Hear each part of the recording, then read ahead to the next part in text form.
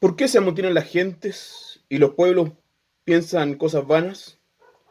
Se levantarán los reyes de la tierra y príncipes consultarán unidos contra Jehová y contra su ungido, diciendo: rompamos sus ligaduras y echemos de nosotros sus cuerdas. El que mora en los cielos se reirá, el Señor se burlará de ellos, luego hablará a ellos en su furor y los turbará con su ira. Pero yo he puesto mi rey sobre Sión, mi santo monte. Yo publicaré el decreto. Jehová me ha dicho: mi hijo eres tú, yo te engendré hoy. Pídeme y te daré por herencia las naciones, y como posesión tuya los confines de la tierra. Los quebrantarás con vara de hierro, como vasija de alfarero los desmenuzarás. Ahora pues, oh reyes, sed prudentes, admitid amonestación, jueces de la tierra. Servid a Jehová con temor, y alegraos con temblor. Honrad al Hijo, para que no se enoje y perezcáis en el camino, pues se inflama de pronto su ira. Bienaventurados todos los que en él confían.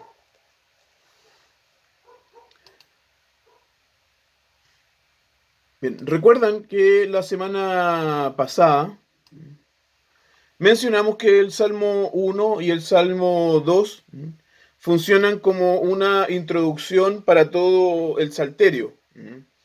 Hablamos también acerca de la división del Salterio en 5 libros.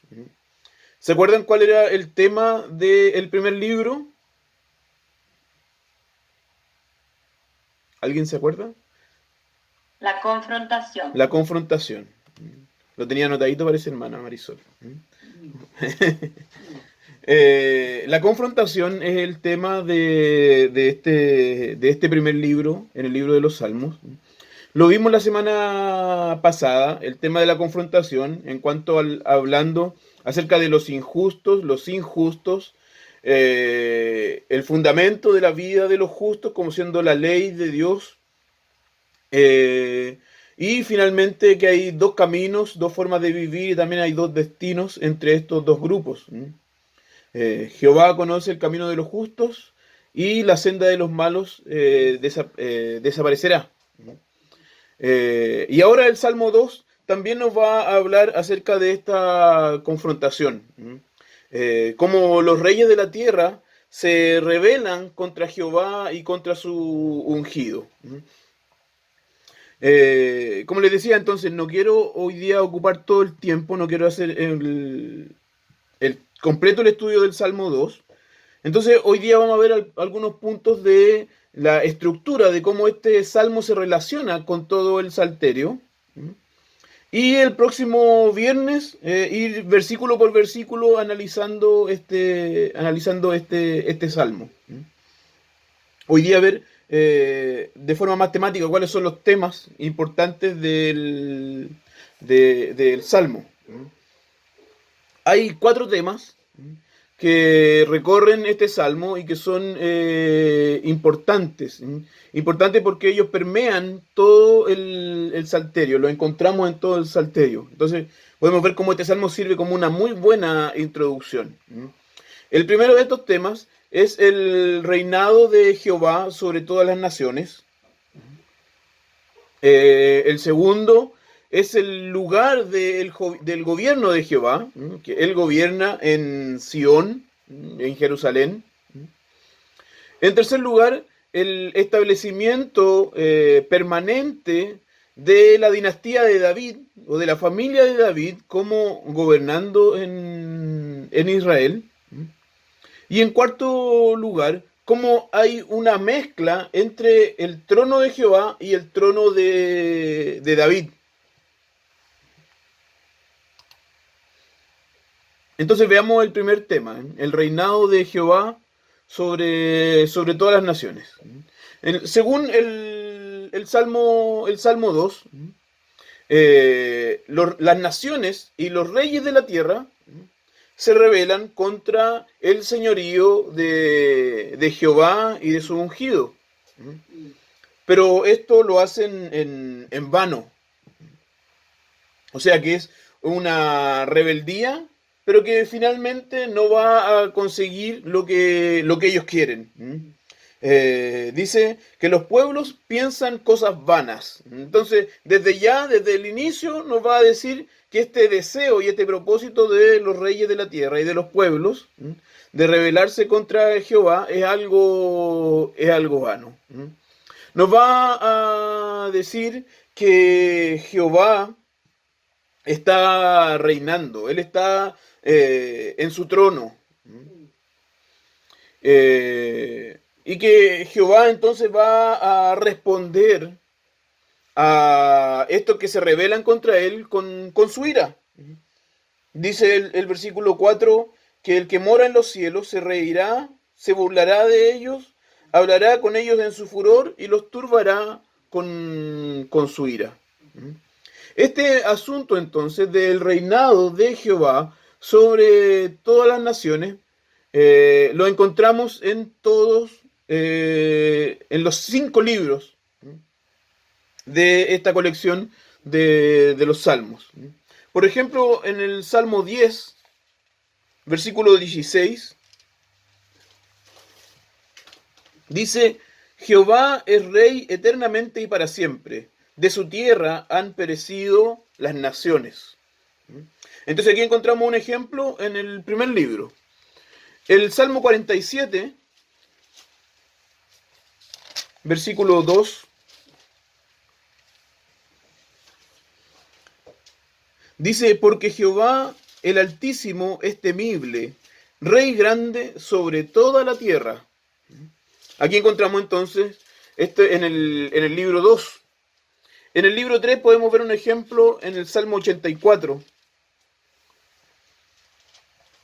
versículo 3. Salmo 84, versículo 3.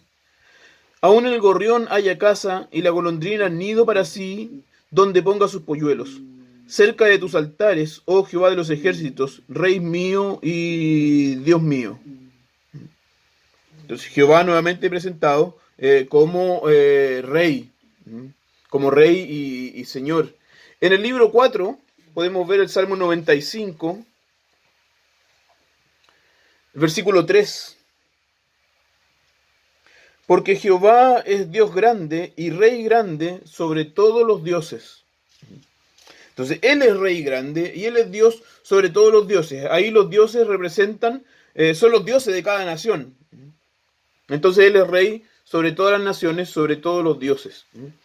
En el libro 5 podemos ver el Salmo 145, el versículo 1. Te exaltaré, mi Dios, mi Rey, y bendeciré tu nombre eternamente y para siempre. Y luego el versículo 13. Tu reino es reino de todos los siglos y tu señorío en todas las generaciones. Entonces, este tema que nosotros encontramos acá en el Salmo 2, de el reinado de Jehová sobre todas las naciones, es un tema que va a estar presente en todos los libros. En los 5 libros que componen el Salterio. Todos ellos entonces son unánimes y se unen para declarar que Jehová es rey sobre todas las cosas. Y él es Jehová no solamente, Jehová es rey no solamente sobre Israel, sino que sobre todas las naciones.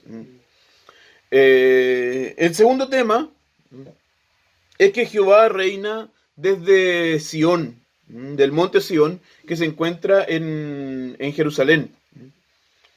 Claramente hay pasajes en los Salmos que se refieren al cielo como el lugar desde el cual Jehová reina. De hecho, dice el versículo 4, el que mora en los cielos se reirá. Entonces nos va a hablar acerca de él como viviendo en los cielos. Pero en el Salmo 2 también vamos a encontrar que Jehová así tiene su trono en Sión. Yo he puesto mi rey sobre Sión, mi santo monte. Y en todo el Salterio entonces nosotros encontramos al monte de Sión como siendo identificado con el lugar del reinado de Jehová. Entonces, parece que hay aquí una contradicción. ¿Desde dónde gobierna Jehová?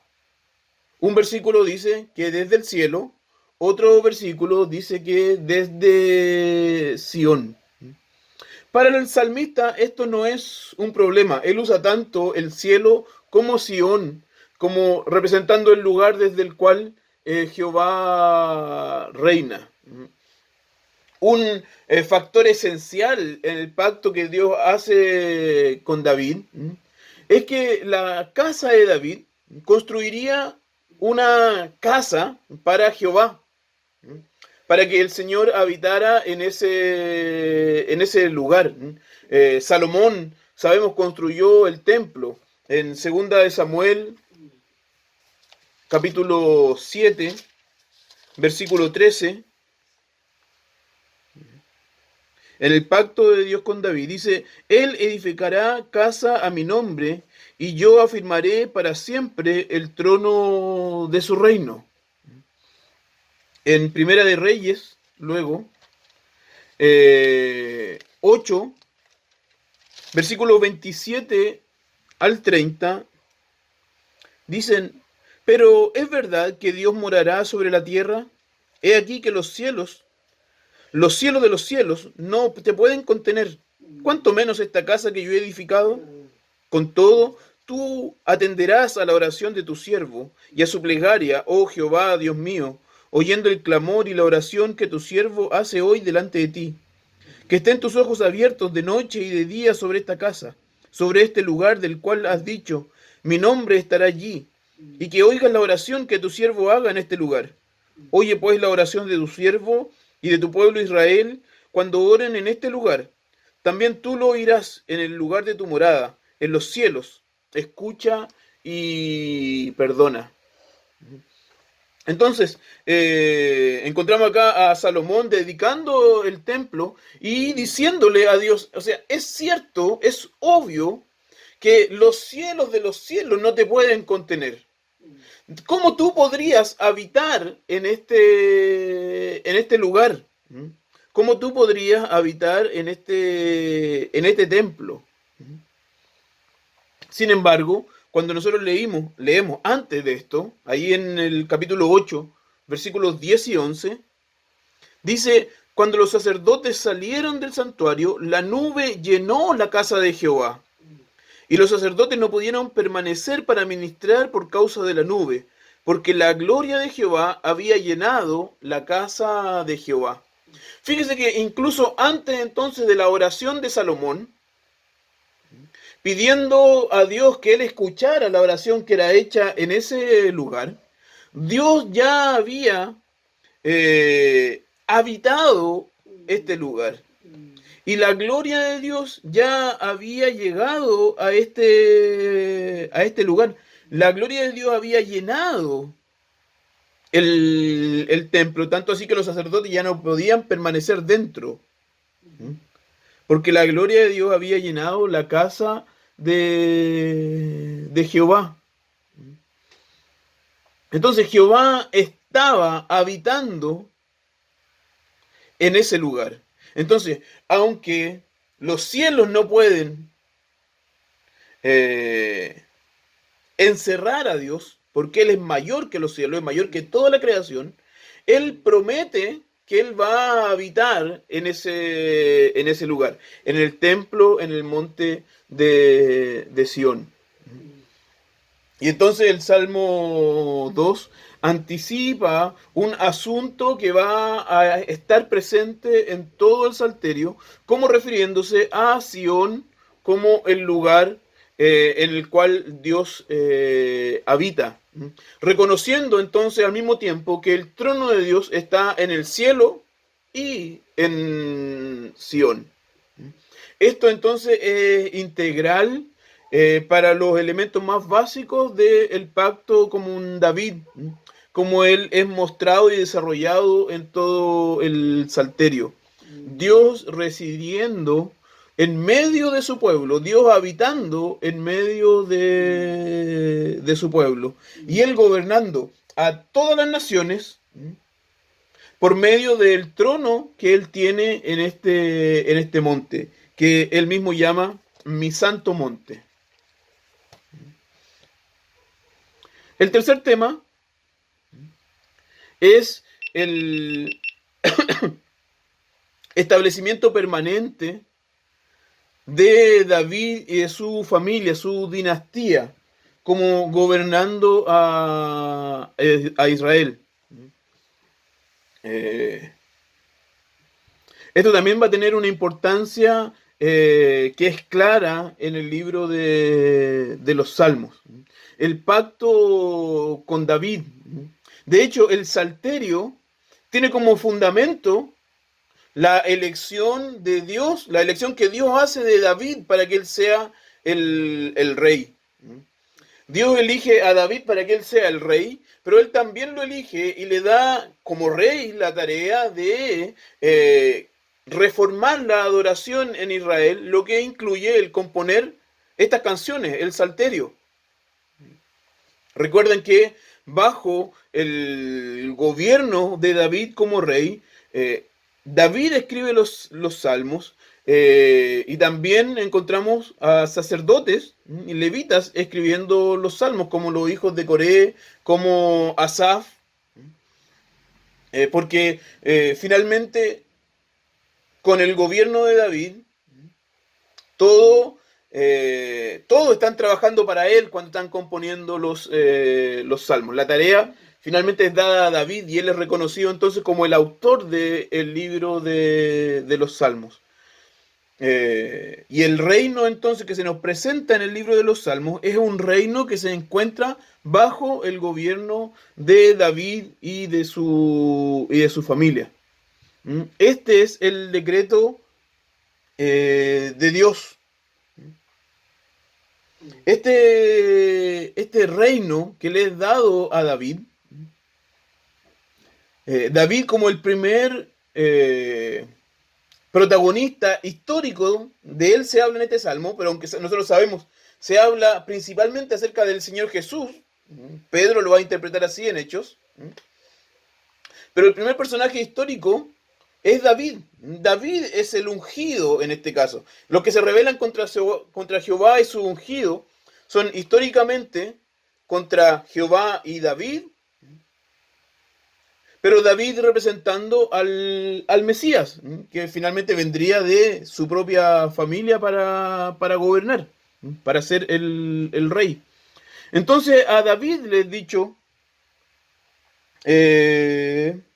mi hijo eres tú, yo te engendré hoy, pídeme y te daré por herencia a las naciones. Esta promesa es hecha a David, pero no a David solamente en la persona de él, porque nosotros sabemos que finalmente él no llegó, las naciones no fueran de David, pero fueron hechas a la familia, a la dinastía de David, del cual viene el Señor Jesucristo, y a él le son dadas, y en él cumplía esta profecía. Y entonces lo que viene del libro de los Salmos va a repetir y va incluso a amplificar este compromiso que Dios ha hecho de mantener a David y su familia gobernando en Israel, con la interesante excepción del libro 4. En el libro 4 nosotros encontramos salmos que se refieran al gobierno de David. Veamos, por ejemplo, en el libro 1, el Salmo 18, el versículo 50. Grandes triunfos da a su rey, y hace misericordia a su ungido, a David y a su descendencia para siempre. Fíjese acá cómo va a usar esta figura. El rey, que Jehová dice en el versículo 2, yo he puesto mi rey sobre Sión, mi santo monte. Aquí en el Salmo 18 dice que Dios da grandes triunfos al rey, que hace misericordia a su ungido, mismo lenguaje del Salmo 2, y va a especificar que es David y su descendencia para siempre. En el libro 2, vamos al Salmo 45, el versículo 16. Dice, en lugar de tus padres serán tus hijos, a quienes harás príncipes en toda la tierra.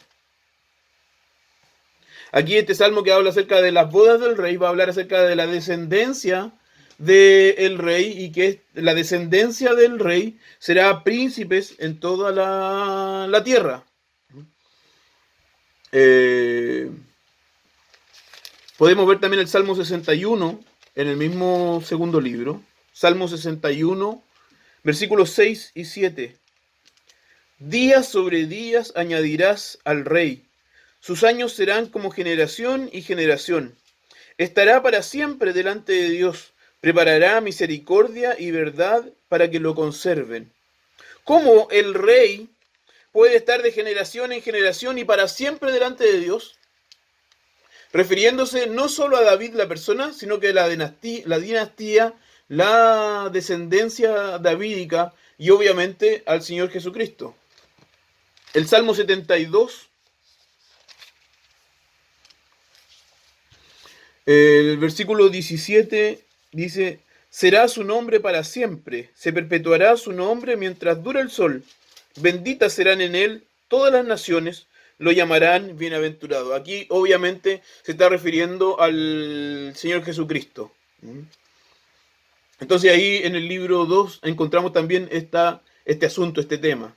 En el libro 3 veamos el Salmo 78, versículos 70 al 72. Dice, eligió a David su siervo y lo tomó de las majadas de las ovejas. Detrás las paridas lo trajo, para que apacentase a Jacob su pueblo y a Israel su heredad. Y los apacentó conforme a la integridad de su corazón, los pastoreó con la pericia de sus manos.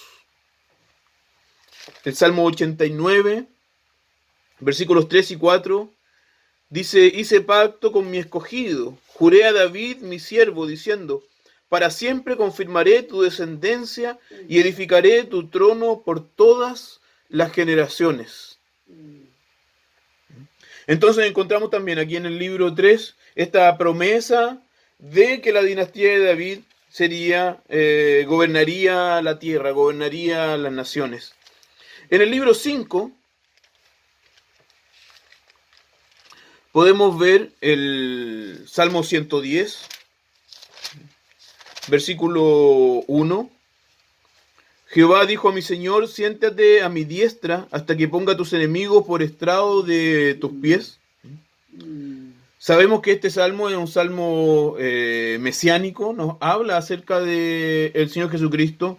Él es el Rey que va a reinar hasta que todos los enemigos sean puestos por estrado de sus pies. El Salmo 132 también, versículos 10 y 11, dice, por amor de David tu siervo, no vuelvas de tu ungido el rostro. En verdad juró Jehová a David, y no se retractará de ello. De tu descendencia pondré sobre tu trono. Y el versículo 17, allí haré retoñar el poder de David, he dispuesto lámpara a mi ungido. Entonces, en el libro 1, 2, 3 y 5, nosotros encontramos estas claras referencias a que la familia de David, la dinastía de David, gobernaría la Israel y las naciones. En el libro 4, de forma interesante, no encontramos afirmaciones como esta. Podríamos pensar que se trata, que esto es así porque estos salmos nos hablan acerca de Israel en el exilio, de Israel en un tiempo en el cual no tenían un rey gobernando, un rey de la dinastía de David gobernando sobre ellos. Entonces ellos no tienen en ese momento la presencia del rey sobre ellos, sino que solamente la esperanza del rey. Y entonces ese podría ser el motivo por el cual no encontramos afirmaciones como esta en el libro 4. Aunque sí encontramos la esperanza del Mesías ahí en el libro 4. Finalmente, el último tema importante que vemos acá en el Salmo 2 es el de la unión del trono de Jehová con el trono de David. O sea, cuando David reina, él no reina solo. Y él no reina solamente como hombre, sino que en el reinado de David está también el reinado de Jehová. El Salmo 2 comienza con esta idea que ya está tomando lugar. No nos explica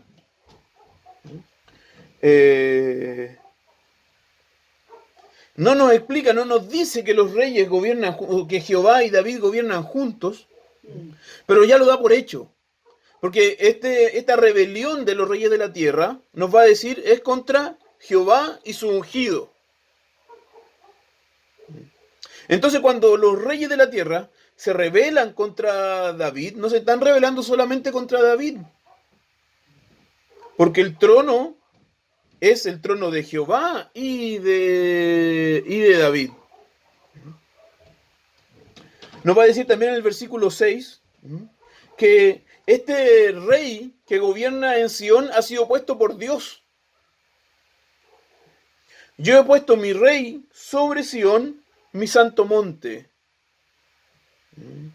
Entonces este lugar, Sión, es el lugar de Jehová, donde Jehová reina, pero también es el lugar donde él ha puesto a un rey, a David. Si vamos a 2 de Samuel, capítulo 6,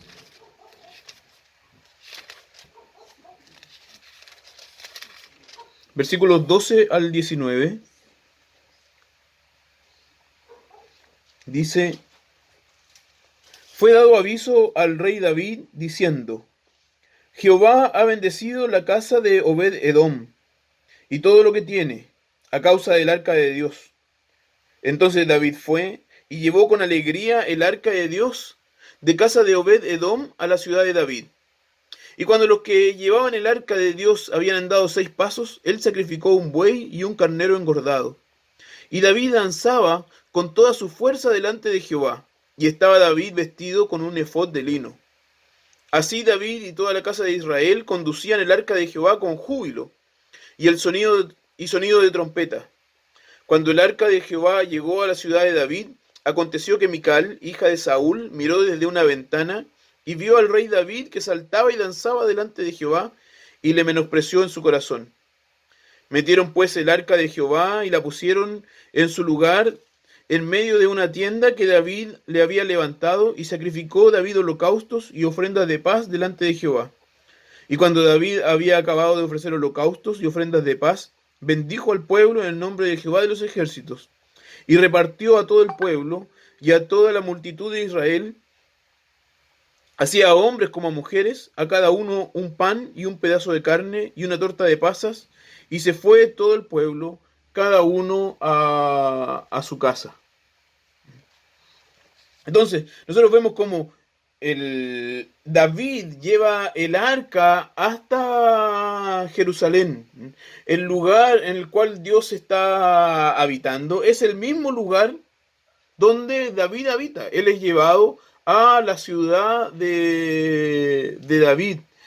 Por medio de esta acción, David está mostrando, está insistiendo de que el trono de Jehová está unido con su trono. Y entonces él esperaba que todos pudieran ver, que todos podamos ver, que el trono habitará en la casa de David de generación en generación. En Primera de Crónicas 29-23 dice: y se sentó Salomón por rey en el trono de Jehová en lugar de David su padre, y fue prosperado y le obedeció todo Israel. Fíjese cómo va a decir que Salomón se sentó no dice en el trono de David, sino que él dice, se sentó en el trono de Jehová, en lugar de David su padre. Entonces, este podríamos decir es como un momento en el cual se nos muestra esta verdad. El trono en el cual David está sentado es el trono de Jehová. Y cuando David muere, Salomón, su hijo, se sienta en el trono de Jehová, porque la promesa había sido dada no solo a David, sino que a su familia, a su dinastía. Entonces este momento crítico de transición entre un rey y otro nos va a mostrar que aunque los reyes cambian, David, Salomón, pero quien reina sobre los reyes continúa siendo el mismo, porque el trono es de Jehová. Entonces, las perfecciones de este trono no son mostradas, no son claras, porque el trono es de Jehová. Jehová continúa de generación en generación, de rey en rey, siendo el Señor que gobierna desde el cielo y desde este trono en Sión.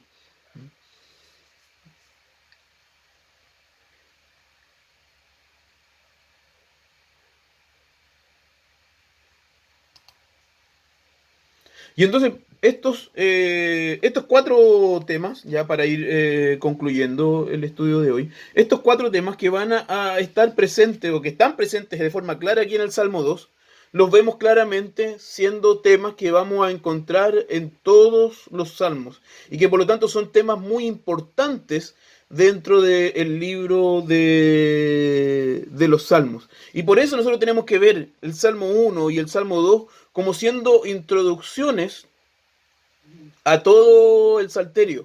Estos salmos fueron puestos por el editor, quizás Esdras, quizás otro, pero fueron puestos ahí propositalmente para mostrarnos los temas importantes dentro de este libro. No que los otros temas no sean importantes, ¿cierto? Pero como siendo temas centrales para este libro. Y entonces estos 4 temas nosotros tenemos que estar siempre pensando en ellos cuando leemos los salmos. Porque estos son temas importantes, no solamente para el periodo en el cual ellos fueron escritos, sino porque estos 4 temas también nos van a hablar acerca del Señor Jesucristo.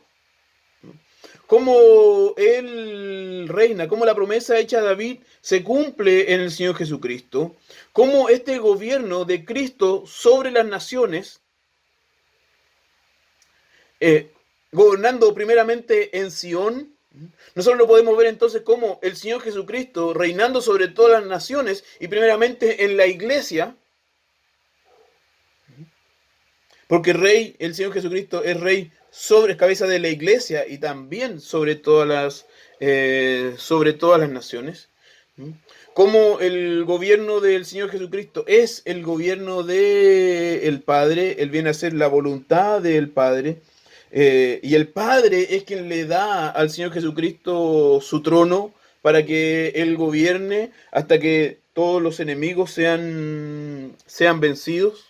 Entonces, estos temas del gobierno de Dios por medio de David, por medio del Señor Jesucristo, nos son claras en este salmo, en el Salmo 2, y en todo el Salterio, y entonces estas son claves para que nosotros podamos leer el Salterio y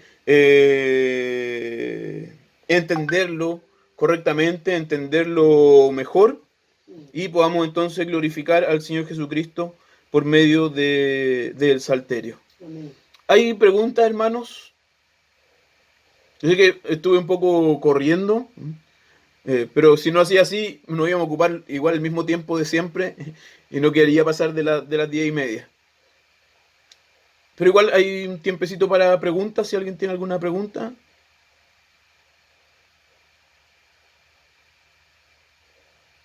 ¿No? Oremos entonces para terminar nuestra reunión. Padre, te damos muchas gracias Sí, Señor. porque este libro, Señor, el libro de los Salmos, nos habla, Señor, tan claramente acerca de tu gobierno, Señor. Sí, Señor. Especialmente, Señor, en estos días que son tan agitados en cuanto a la política, Señor, en cuanto a lo social, nosotros podemos descansar sabiendo que tú has puesto tu rey sobre Sión, tu santo monte, Sí, Señor. y que Él gobierna, Señor, haciendo tu voluntad. Que el Señor Jesucristo, Señor, a Él le fueron dadas las naciones, Señor, como su herencia. Sí, Padre. Hemos ya leído, Señor, en el libro de Apocalipsis, cómo la obra del Señor Jesucristo será finalmente realizada, Señor, y las promesas, Señor, que tú has dado, Señor, se cumplirán. Y nosotros podemos esperar, Señor, en el gobierno, Señor, del Señor Jesucristo.